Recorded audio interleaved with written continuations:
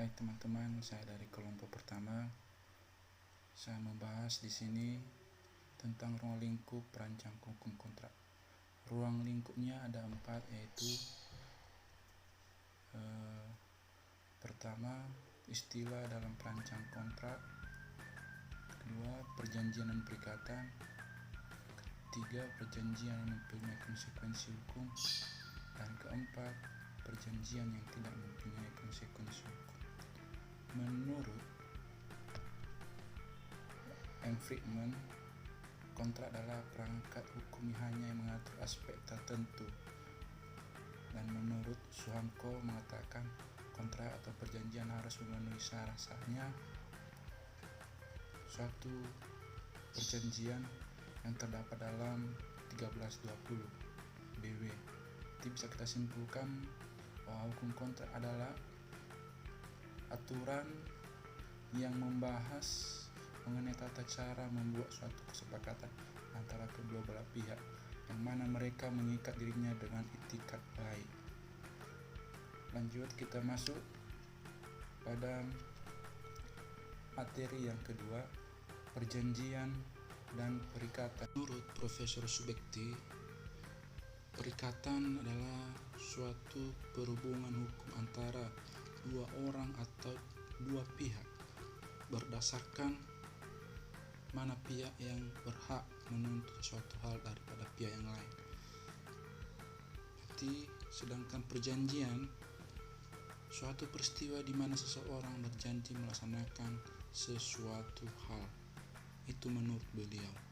Kita masuk yang selanjutnya, perjanjian mempunyai konsekuensi hukum yang mengikat, sama artinya dengan kontrak. Itu ada dua pengertiannya, yaitu kesepakatan oleh para pihak yang tidak punya kekuatan hukum.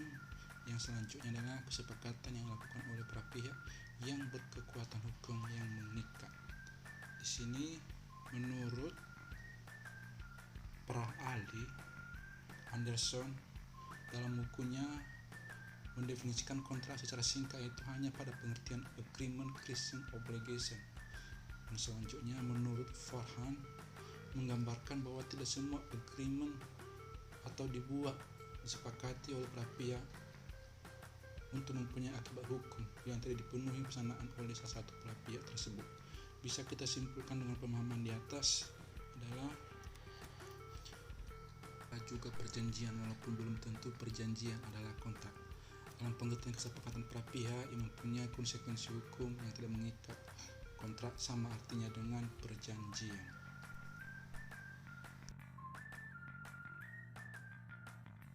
Perjanjian yang tidak mempunyai konsekuensi hukum tidak sama artinya dengan kontrak, yang artinya para pihak sepakat bahwa perjanjian ini hanya merupakan kesepakatan moral sehingga tidak mempunyai akibat hukum, masing-masing tidak mempunyai kewenangan untuk menuntutnya di pengadilan.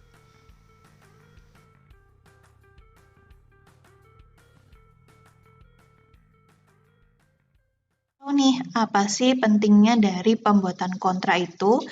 Kalau kita sudah menentukan bahwa perbuatan hukum atau perjanjian yang akan kita lakukan itu dilakukan secara tertulis, secara tidak langsung kita akan menuliskan perbuatan hukum kita di dalam kontrak tersebut. Jadi akan terlihat jelas apa yang akan kita lakukan dan kita sudah tulis di dalamnya. Dan selanjutnya kontrak yang kita buat itu juga akan menuliskan tentang di mana memang letak kontrak itu dilakukan. Lalu yang pasti nama-nama pihak yang berkehendak juga akan ditulis di dalam kontrak. Selanjutnya hak dan kewajiban tidak lagi hanyalah sekedar ucapan belaka, namun ketika kontrak itu sudah kita buat, hak dan kewajiban para pihak juga akan terlihat lebih jelas. Dan yang terakhir adalah ketika memang nanti para pihak itu melakukan prestasi, apa saja yang harus dilakukan juga sudah ditentukan di dalam kontrak.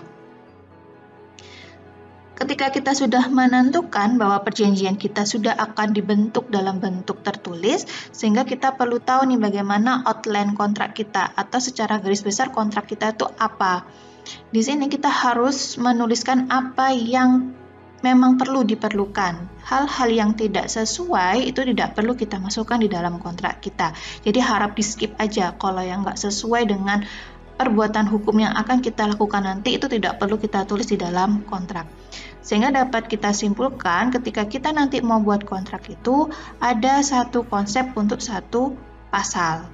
Itulah pentingnya suatu kontrak dalam suatu perjanjian, dan kita harus juga tahu apa yang ada terdapat dalam pasal-pasal kontrak tersebut.